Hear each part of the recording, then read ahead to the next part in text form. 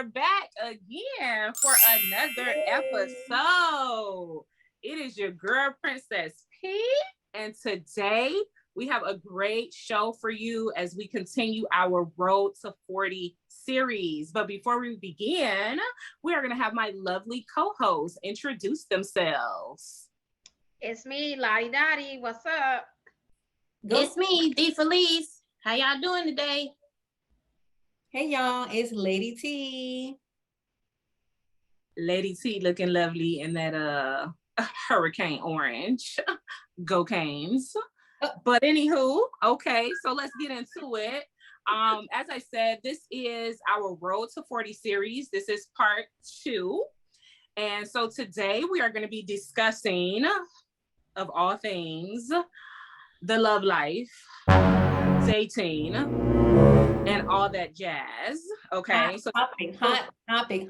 Yes. Hopefully. So just a reminder, this series is really about our journey to our next milestone birthday, which is 40, as we navigate certain topics. Last episode was about motherhood. Today we're doing, dating. Maybe y'all will get some tea, maybe not. And then we'll be talking about, self-care, careers, personal development, etc. So with that, we're going to get into it. Next up, does anybody have any good news or announcements? I got some good news. I got like a couple of announcements. Okay. It's Dorothy Day. I want to say congratulations to my baby. She is being inducted into the National Honor Society. And everybody knows it's like a big thing. So yay! Put rounds of applause. Yes. Moment right here. Proud parent right here. And another thing is, this is a more personal thing regarding me, is that I went to the doctor and the doctor has taken me off my blood pressure meds. We know as a culture, especially African-American culture, that, our pressure is something that seems to be hereditary, whatever the case may be. Nonetheless, I'm off of both pills. So thank God. Yay. All right. Awesome. Big up, Lottie. Yes. That's good. Hopefully I can follow. I'm working towards it. Mine has been steadily decreasing. So hopefully I'll be able to make that announcement really soon. Oh, you will. We're going to get there. For sure. Thank you. Okay, so we're getting into it. Dating, love life, whatever you want to call it. Y'all ready? Ladies? Ooh, ready. Are we? Are y'all ready to do this? Okay. Yeah, I am. Okay, so let's just quick summary where everybody is again in their dating kind of love life. And then we'll get into some questions. So anybody want to volunteer as tribute to go first? No, we should do it by our age. Do it by the birthdays again. Okay. Well, since we're doing about birthdays, I guess that will be me. I think I mentioned it in the first episode that I am married. It's complicated. We've been married since 2012. We met in 2009, got married in 2012. I'm gonna keep it like that until the questions start rolling, but that's where we are. Okay, so obviously I'm supposed to be ready to mingle, a little apprehensive, got my feet wet a little bit, and I went right back on shore. I don't know how I feel moving forward, but that's where I'm at right now. Deep Felice. Deep Felice in the house. I've been divorced for about 2 years now, and I'm in a current monogamous relationship, as I would call it. Okay. It's going. That's all it can do. I guess that leaves me. Don't sound so sad about it. I mean, I'm like Lottie Dottie, single. I'm pretty sure I'm ready to mingle for sure. But I do have some apprehension, not so much because I'm like fearful or anything, but baby, the dating pool is, oh, listen, it is Slim pickings. Slim pickings. It is beyond, yes. So it has been challenging navigating, trying to find suitable, like-minded individuals to be interested in, is what I will say. So yeah, but nevertheless, I am not giving up. And I'm just gonna, cast my net a little wider and, readjust the strategy and continue to try some new things and just kind of go from there. So that's where we are. Okay. All right. So questions. Okay. Question 1. What are you looking for or expecting from dating or your love life as you approach 40? Ooh, so that's a deep question. To be honest, I'm a simple girl. I mean, we all like, things from our. Is you really simple with that dream date that you came up with the other day? Well, I'm saying, I'm gonna get to that. Now, we all have our desires. Yes, which we'll touch on that later. We all have desires and things we want to experience that we've never have before. Of course, I want that. I want to be actually courted properly. You know what I mean? Compared to when I was married, we didn't know nothing really about that. That's high school love that turned into an adulthood with my ex-husband. But of course I want that. I want the just because, him doing this because he loves me or he wants to see me smile the day, sending me the flowers at work, stuff like that. Sure. I'm not saying that I don't want that. I look forward to all of that because I hadn't had an opportunity to experience all of that, I'll say. So yes, of course I want that. I want to be spoiled, not just with materialistic things, just with quality time. That's a big one for me. Because when you don't get enough quality time, I would say when you do start, let's say exclusively dating, I mean, then you're not really spending enough time with each other. And I know everyone has work schedules, children, and you have to work all that into the equation, but you also have to find a balance in between it all as well in order to make relationships work. So you have to continue to put forth the effort, at least for me. If you don't put forth any effort from both individuals, then it's not going to last long. I agree. Okay, so I was taking notes. So you're looking forward to being courted, kind of just because gifts or thoughts, ideas, and quality time. Yeah. So do you feel like, you mentioned not getting that in your marriage, and now right. You're in this new, relationship. Mm-hmm. Obviously, if you guys are together, did he do those things that you are asking for, the courting, just because the quality time? Do you have that now? It's getting a little better. I would say him being creative with what he says or sends, it's a little bit more thought behind it. I can tell because he didn't come, my current relationship now, the guy that I'm seeing, he wasn't raised in a very affectionate family.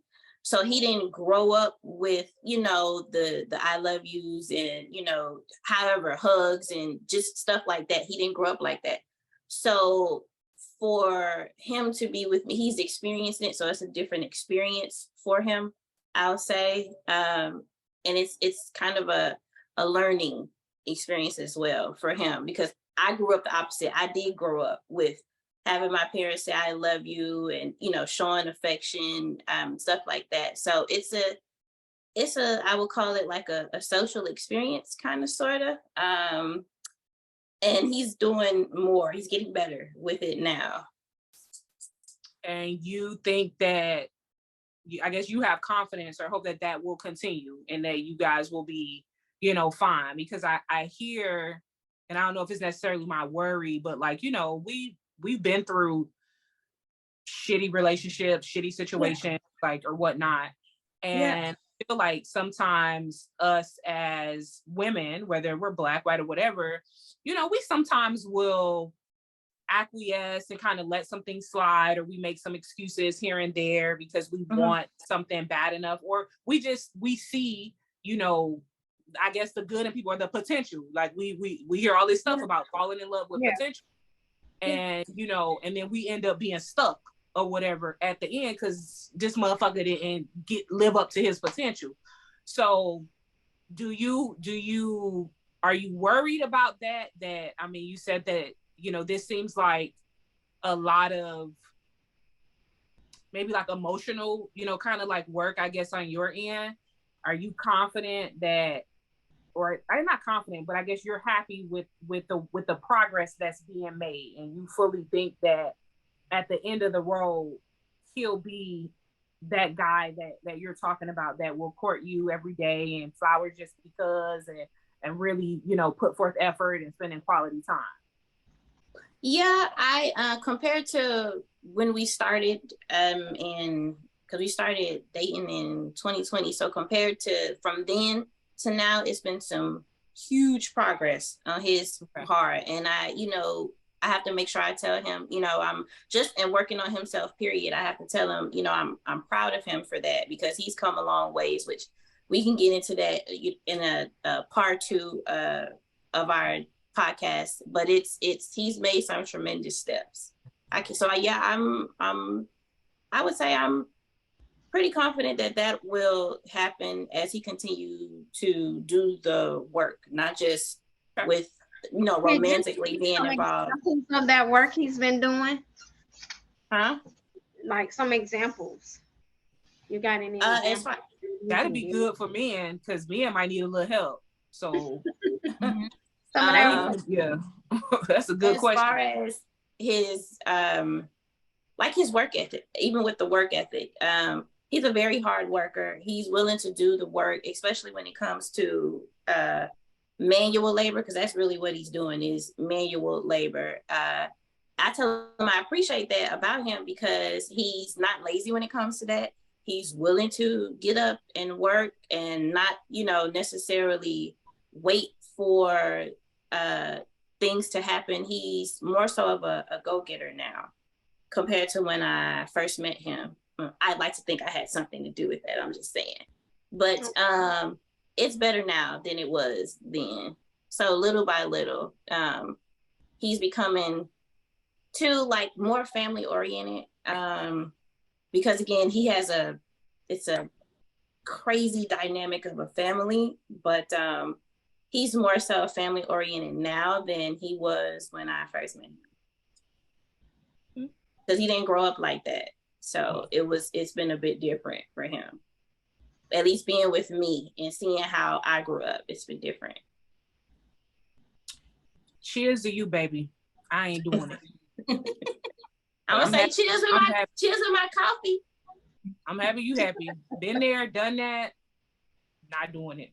But that's good that, you see that progress and you feel confident and comfortable that, that the end result is going to be a positive thing. So kudos. Who's next? Because you was going to go. Okay, first, y'all give me a second. Before I could even speak on that, I want to speak on the work that I had to do to get to this place. What place? This place, 5 Love Languages. Before I realized, before I could even step out into another relationship, I had to learn what I wanted. Yes, this is important. And through this process, I have therapy, 5 Love Languages. Now, in my defense, I only got through a couple of the pages, but I know what I know and what I need. And it's helping me to identify the type of person that I want. I know I want a God-fearing man. You For know, sure. I was raised in church. I may not have continued, but I do have that foundation with me, and I'm very much aware of what I want, especially going through life and getting older, almost approaching 40. I realize, you know, through my trials and tribulations, what I will deal with now and what I won't deal with now. I'm hoping that my next relationship, whomever he be, you know, I am praying for him, praying for him. I'm writing to him. I know it may be a little bit what's the word I'm looking for? I don't want to say cliche or whatever it may No, be, but baby, you I am. manifested. I got my journal where I write to my husband whenever my future husband, whomever he may be, Speak into just letting him know what's going on in my life, and constantly reminding him in those letters that I am praying for him and I am waiting for him. But I know that God won't send him to me until I am ready and I am in that space that I'm supposed to be to receive him. So I it. am working on me On Sierra as Jr. well, along with Okay. praying for him. There's nothing wrong with that. Okay. So for you, as you approach 40, it's about getting you together. Mm-hmm. And it's kind of like what I be saying, become what you want to attract. Of course. So if you want a God-fearing, put together, guy, man, you got to be God-fearing and put together and be in a good place to, receive him, equally yoked, so to speak, right? Yep. So okay, so I guess those will be some of your expectations. I mean, I also want, him to be able to take care of the family. Mm-hmm. Able to take care of the family, able to take care of me, but not just like financially, but emotionally. Like y'all know, I'm a crybaby. I'm a crybaby. I cry at the drop of a dime. I watch anything. I'm already in tears. So I need somebody who can be able to, deal with me and my emotions and the different stages that I might go through. Life hasn't always been so kind, and I'm dealing with it. So sometimes I may need him to be a little soft. I want to walk in my femininity. I don't want to continue to be masculine. So, You're not masculine, though. well, I mean, I've had to, She's figure it had out. to, she's had to, her masculinity because of Not right. physically masculine, but just being able to hold down a family. I always believe that should be, the man is the head of the household. But right now, I'm the head of my household, so I want to relinquish that duty and that work and give it to someone else and let them do what they're supposed to do and walk in the path that they're supposed to have, so that I can walk truly in my own path. And that's a big thing that like a lot of people, are talking about. They talk about Black women being masculine and being too hyper independent and all of these different, buzzwords. And I think some people get it, but most people don't. Like for me, I'm not hyper independent because I want to be. I woke up one day and I'm like, I want to be hyper independent. I don't need a man, which I don't. I'm the last. I will never say I don't need a man. I tell somebody, no, baby, I need a man. Because who gonna pump this gas? Who gonna take this trash out? Yeah. Who gonna fix stuff around the house? Like, who gonna pay these bills? I don't want to do that. I need you. That's what. Look, if you out there, if you with Lottie Dottie man, like we waiting, right? So, but people don't understand that we're in these roles because we have to be.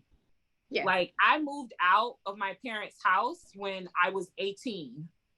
And I mean, bills weren't going to pay themselves. So I had to pay my own bills, like I have to do all of those things for myself because there's no one next to me to do it. So I do it. Right? Mm-hmm. But you meet people that's like, oh, you too independent for me. Like, bitch, you want me to be in my house in foreclosure or evicted because I don't pay my, like, I'm supposed to, I have to do this. Mm-hmm. Like, it just doesn't make sense. You as a single mom, like, I feel like if you weren't taking on the role of being the head of household and you was out here, you know, trying to get some cooter cash or doing something strange for some change, then that's a whole nother topic, right? Because now you a Jezebel, you a she a gold digger. So it's like, wait a minute, like either you gonna come pay these bills and be masculine so I can be feminine, or I gotta do what I gotta do to take care of my household, baby. You can't judge. It's like, which one is it? I agree. So, yeah, it's just I just feel like sometimes we can't win like either way. So you just forge on and just continue to do what's best for you and for, you know, your family, you know, your kids. So, but for sure. Absolutely. You want me to go, Lady T, or you want to chime in or what? I'll go. So, all right. Road to 40, what am I expecting from my love life? Because obviously I'm not dating. So, like I said, I've been with my husband for 11 years. So that's a long time. We're pushing 40. We got together when we were like mid-20s. So obviously there were some lessons learned along the way, things learned along the way. So marriage is difficult, and I know D Felice knows that.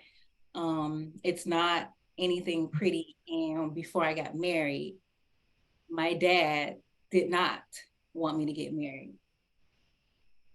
What his reason was could be different from what he actually told me, but he told me that marriage is hard, it takes work. And we were willing to go through that, but through the years going through that, we didn't realize how difficult it was going to be. And I can definitely say that when we got married, we didn't have those difficult conversations. So we didn't talk about finances. We didn't talk about how we were going to raise the kids. You know, we just knew that we were in love and we wanted to get married. So we didn't do things like D Felice did with her ex-husband. We got pregnant before we got married. And so we thought that, well, we didn't think we wanted to move in together because we wanted to be a family. So having those discussions about like, you know, finances, how are we going to raise the kids, and, you know, other things down the line that we learned were not discussed. And we, I guess, had some difficulties along the way. So to keep it short,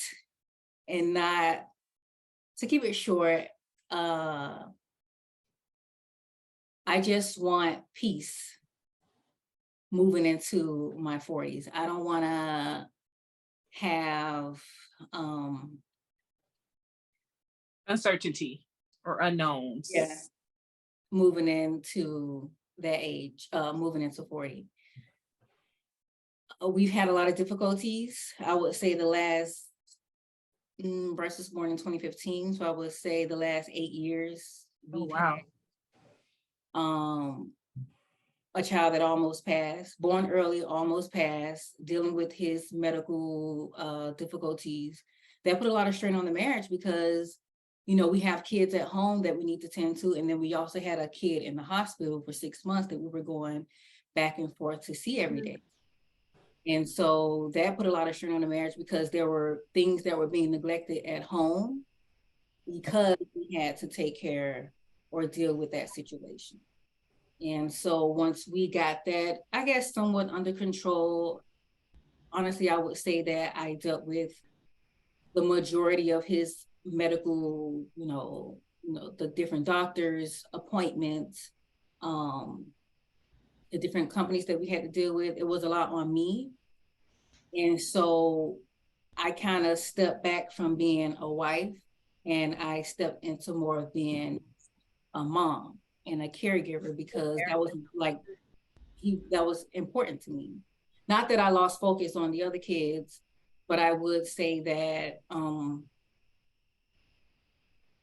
having the child medical issues kind of drained me. And so focusing more of that, I lost touch with being a wife. And so then the kids are growing up. We had a teenager she was, I guess, approaching teenagehood. And because I wasn't her biological mother, it was kind of, we bumped heads a lot. Push and pull. Yeah. And because I guess we were both raised differently, and we didn't discuss how we would discipline the kids, we bumped heads a lot on that. So yeah, just dealing with that, and then losing her in 2020 was just like, okay, something else. I just think that we just started living like Roommates. we were living roommates. We weren't really like going out on dates. We weren't like really spending family time, quality time. We were just living, just trying to get by. Existing. Yeah, just existing, trying to live life. So I want to kind of get past that. So 2019, we did therapy. That was after Trinity was born. We started doing therapy. It kind of didn't go anywhere, but I kind of think that the therapist wasn't a good fit. We went with what the insurance decided. He wasn't a good fit. For you, I remember both of you guys. We did couples therapy, and so during couples therapy, he sat with both of us individually, and then he sat with us together, like a 1 hour session. Mm-hmm. We kind of talked through some things. We bumped heads through that, and the therapist wasn't really getting us anywhere, so we stopped going. 2020, we lost Takia. I don't think we did therapy in 2020. 2021, we started going to therapy. All of us started going to therapy. Same therapist. I don't know why we went back to this therapist. Same therapist, individually, no group sessions, because the therapist didn't think that we were ready for a group session. Like, we all had our individual things that we were dealing with that we needed to discuss. Something happened with the therapist. We all just stopped going to him. I'm not going to get into that, but we stopped going to that therapist. And 2022, I started seeing someone different. She was good. I just think that she wasn't getting down to what I needed. Like, she said, you need to do self-care. You guys need to do. It's only hitting the surface. Yeah. She wasn't going deep. She wasn't getting down. Like, I mentioned things like, things about my dad that I felt like had something to do with my marriage, and she didn't really touch on that. Like, I felt like every meeting we talked about the same thing. Mm-hmm. And so I stopped going to her, and now we're in nothing. So I want to kind of get back into therapy.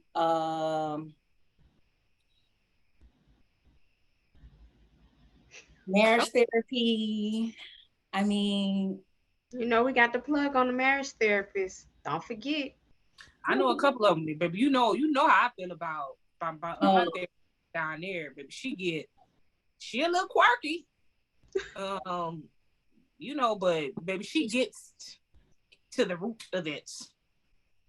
Yeah. Right. So I feel like, and you know what, to be honest and truly transparent, I've mentioned to him before, like, maybe we should take a step back and think about what it is that we really want for our lives, like for our happiness, like being together for the kids. That's good, but are they getting a good image? Okay, let me rephrase that, because I see stay together for the kids. I'm not saying stay together for the kids. What I'm saying is having the kids in a 2-parent household, that's good, but are they seeing a good image? Right, a healthy 2-parent household. Like, are they seeing the affection? Are they seeing the good conversations and things like that? And I'm gonna say they're not. Like, they're not, because I'm going to be transparent and say I'm not an affectionate person. And you guys have told me, like, I needed to, do better with that. And I know I need to do it. And I talked to a therapist about it. She couldn't figure out, like, what it was. I still can't figure out what it was or what it is. You can be affectionate, just like how I think we all can, whether it's affection, whether it's sex, whatever it is. you want to feel like you want to do that. Like you have to, but it's not just with my husband, it's with the kids too. Like I just don't like, and my coworkers can tell you that too. I do not like hugging people. I don't like people in my personal space. It's something about like when they're babies, okay, yes, We have to display it, give it to I'll them. give the affection, but even now when my kids come to hug me, I cringe.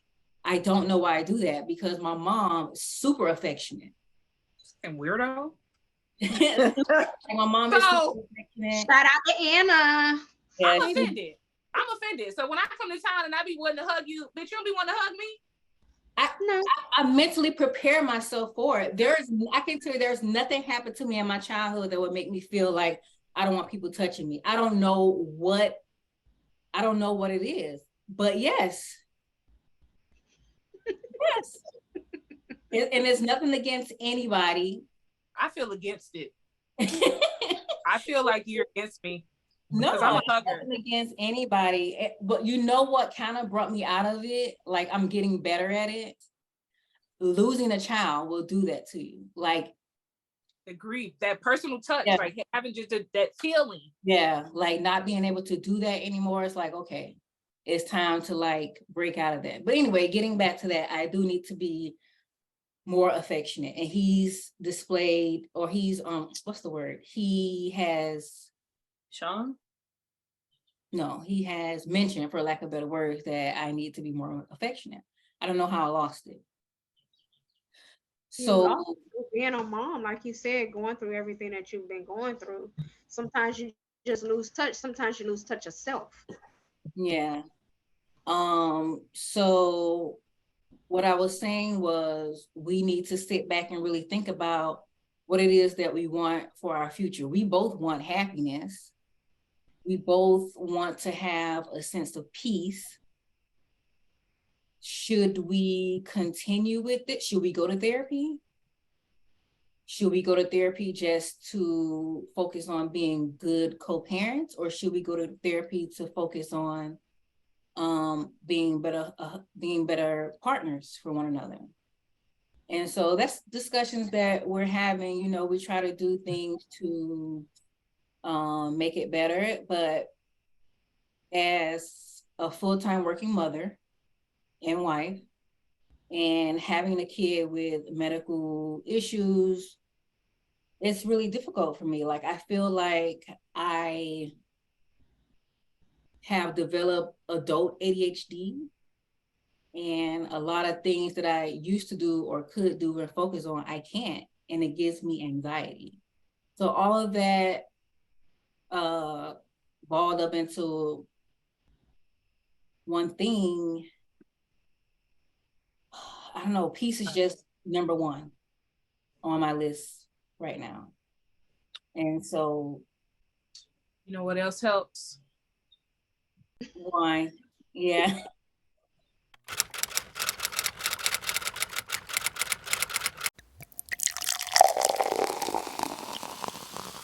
I'm just saying, take it. And I don't do enough of that because I feel like, when do I have the time to do that? Right. But if I have one sip too much, somebody gonna miss some school. Well, I will say, just to the three of you, like, first of all, thank you for being vulnerable and honest and sharing, you know, what you shared. You know, like we kind of know, you know, a little bit about it, but I think you went a little bit more in depth about it. We just kind of peeled away another layer. So thank you for being vulnerable and sharing that. And, you know, even D Felice, like, thank you for sharing, talking about your journey with, you know, your mate, well, your guy, what I'm saying, mate, I've been reading too many werewolf novels. Your guy, you know, your man, and, you know, and just talking about how, you know, you've committed to being with him through his, you know, progression, you know, and being better. And, you know, even to Lottie Dottie, and being honest and vulnerable enough to say, you know, listen, I got to work on me. you know, and I'm doing the work to do that because I want to become what I want to attract. And I think that openness and that vulnerability and that honesty are really good characteristics to have in dating or in your love life, or whatnot. I'm a firm believer in that. So just thank you, little kudos, and you know, some shouts out to you ladies. So this is what I kind of read every day and what I like wrote down. Synopsis, it changes every now and again, but this is like the crux of it in terms of what I'm looking for when it comes to, I guess, dating. It says, I'm looking for someone who really wants to love someone, and that someone is me. The person who will keep my heart is honest, loving, kind, open, a communicator, and truly wants to share his life. In difficult situations, he is willing to overcome his shortcomings, unselfishly make a healthy choice, and show how much he values and is committed to our relationship. He is generous with himself, his time, and his resources. He enjoys showing and letting me know how he feels. He is loyal and considerate of my feelings as I am of his. He too must love to have fun and enjoy learning and living life. So that's a very like general thing, but I think they touch on kind of the crux of who I want, you know, someone to be with. Mm-hmm. I think as we approach 40, for me, I would like to be married, but I think realistically, with the way how things are, I'm not as confident that that's going to happen, you know, between now and 40. I mean, I hope it does. You never know. Yeah. You never know. And I definitely, like Lottie Dottie said, like, I know what I want, what I don't want. Like, I've always been very ahead of the game and learning from other people's like problems and mistakes, where I can say, yep, I know I don't want that issue. I know I don't want to deal with that. I know I don't want to deal with that. And then sprinkling in my own experiences. And I'm like, yeah, red flag, don't want to deal with that, don't want to deal with that. So I think I can honestly meet somebody and in 6 months know, like, yeah, he can be my husband. You know what I'm saying? And so I'm ready, and I'm open to that. I'm just not sure it's out there. So I guess secondary, I'm okay with a life partner. From kind of the experiences and what I'm seeing, and I think what may end up happening, like, I'm kind of where I am like an old soul. So I can see myself being attracted to someone a lot older than myself, even though I have opened up my little dating window. So it used to be like, so I'm 38. So it's like, okay, I'll do 36 to like 50, right? But now I'm like, maybe I might do a little 30 to like 50. Just kind of broaden the spectrum. But what I'm finding is like older are usually already been married once or twice, maybe more, and they're like, I'm cool on marriage, right? Then you got people like, God love him, Lil Duval, who's like, look, baby, I'll give you everything. We can have a wedding, but I'm not signing no contract. Like, I'm not doing it. Right. And you have people that have, I guess, those fears, you know, or whatnot. And that's fine. I think for me, if it ends up being something like that, I just want to know that I'm protected, and I guess I'll be taken care of, if that makes sense. Like, I've seen situations where women stay with men 15, 20, 25 years, and then they never get that either protection through marriage, or they didn't get the guy, or the guy didn't say, you know, I'm going to set them up. I'm going to get a life insurance policy. I'm going to make sure there's a will in place, and there's, you know, directives if something happens to me. And then something happens to him, and the guy's family comes in and, you know, Right. boxes this lady out who has been there doing all the hard work, the dirty work. They shut her out, treat her like shit, and she's lucky if she, you don't get nothing. It's like, right, what? right. And, you know, his wishes were to, you know, try to fight to keep him alive, but the family's like, oh, we want to pull the plug. And it's just such a messy situation. And then you lucky if you end up in an obituary as a special friend. Right.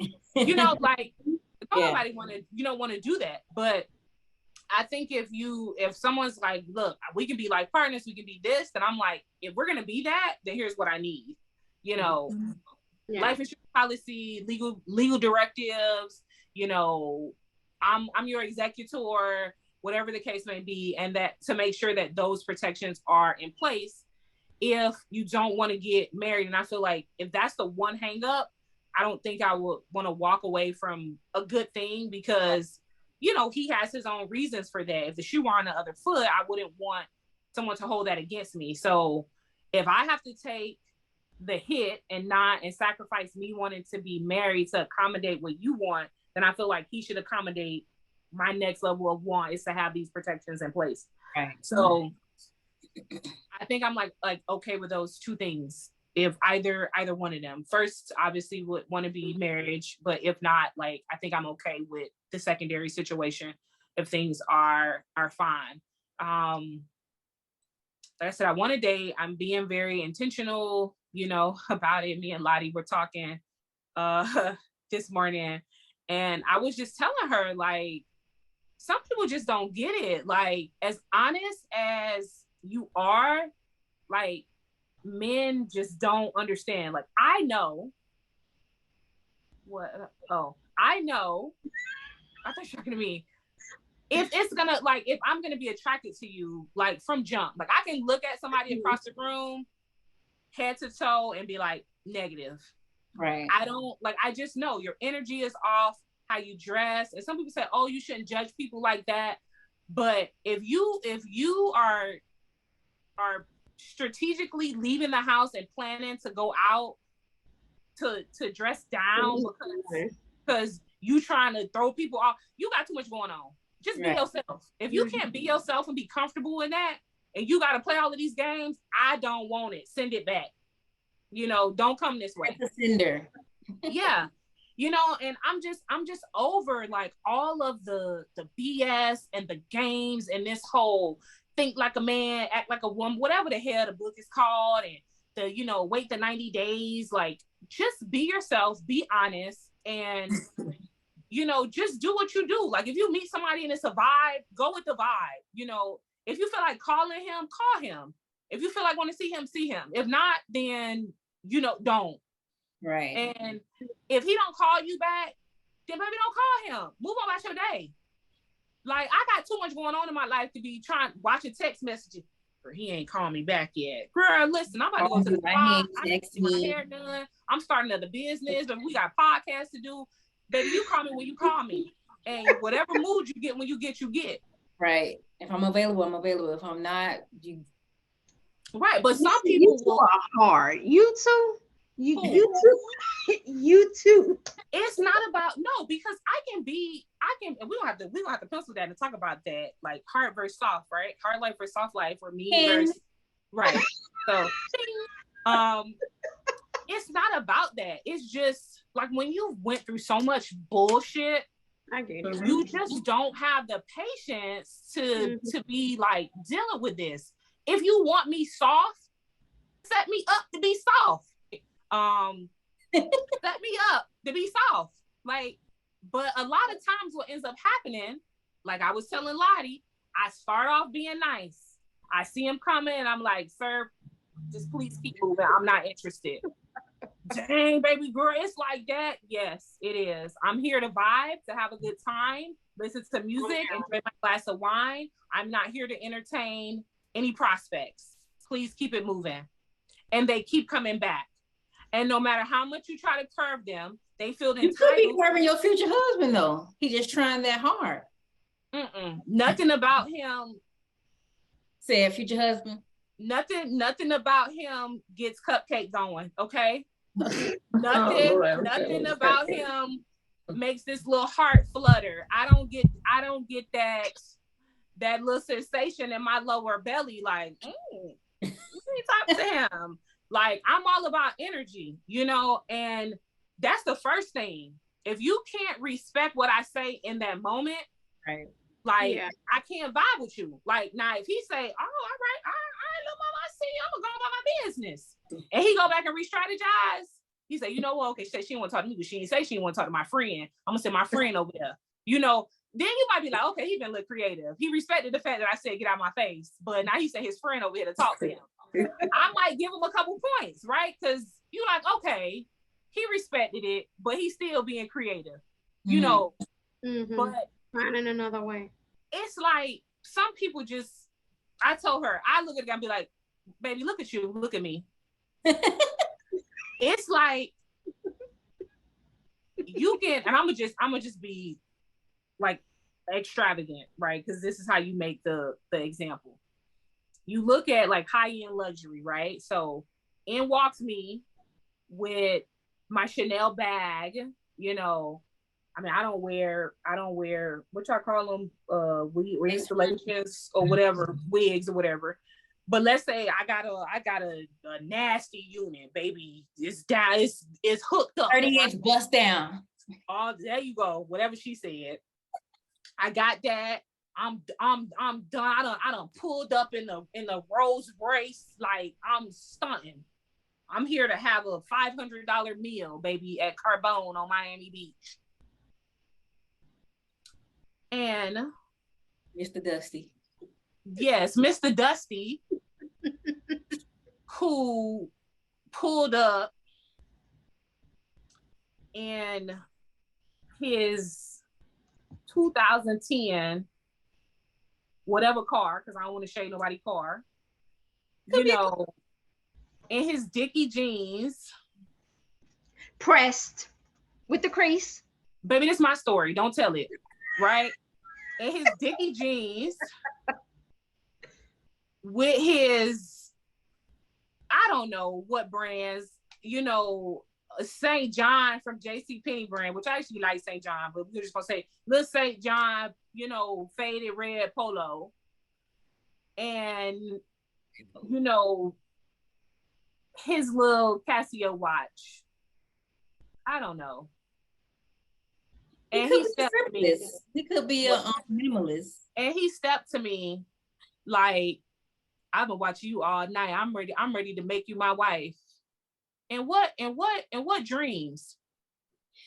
He could be testing you. But listen, don't test exactly me. I'm gonna fail. I'm gonna fail every time. Don't. But men do that a lot, though. He could be the richest. He could be one of the richest men in the world, and because you're only looking at the surface.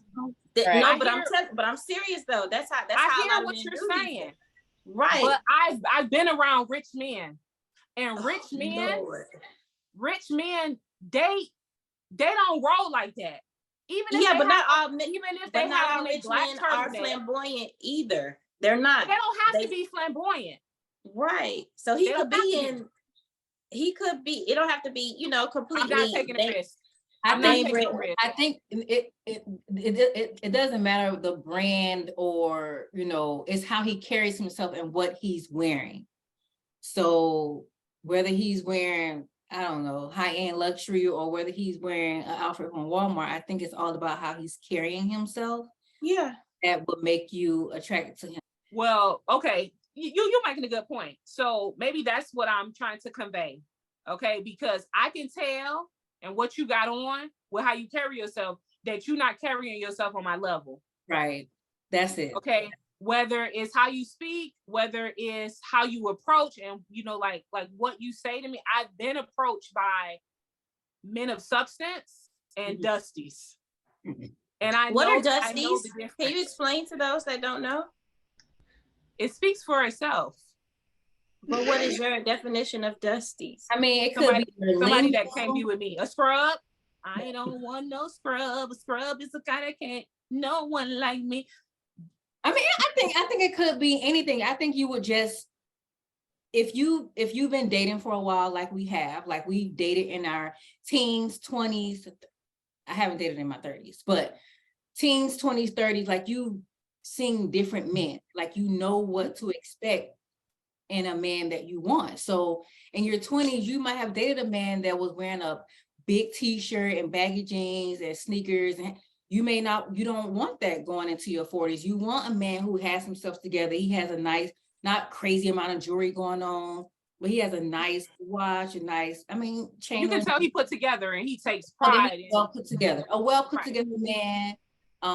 His lingo, the way he speaks, like you know the difference between. Now, what's up, mama? What's up? Right. Baby, wait, unless it's Rio from that show. What is it? Good Girls? Rio. On Netflix. Yes. Baby, because he said, "What's up, mama?" Baby, you could "What's up, mama?" me if you him. Hey, mama. How you feeling, mama? Okay, but then his lifestyle is like, yeah, we're not getting married, but you know, we could have a little one-nighter. Get that out the way and move on. I'm just saying. Bash. Right. No, I think you see that's why I keep you around, because sometimes I just be going off and they be coming out the wrong way, and you center it and like you say my you back in. Right. Because I just know. I think you just know, like you know what you want. Now some people do have a type, and we need to we need to back away from that type, but okay, she mentioned she might be different on your stream. She said, I spin the block.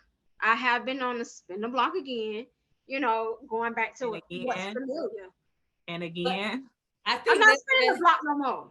Okay. I think that's just a learned behavior and a learned mindset. It's comfort. It's comfort. I know that. Now you have to step out of your comfort zone. Yes. Now you have to step. I can't speak because, I'm not dating. But if you were, let's do that. If I were, I don't know. I'm not in that mindset. We've had this. Listen, we're hypothetically. If you were dating, no shade to the mister. Mm-hmm. What would be your type? Like, we go out. It's a group of guys. Join us on part 2 of Sisterhoodly Vibes as we find out what it is exactly Lady T wants or would want in a future mate. Thank you for watching the video. I hope you enjoyed it. We'll see you on part 2.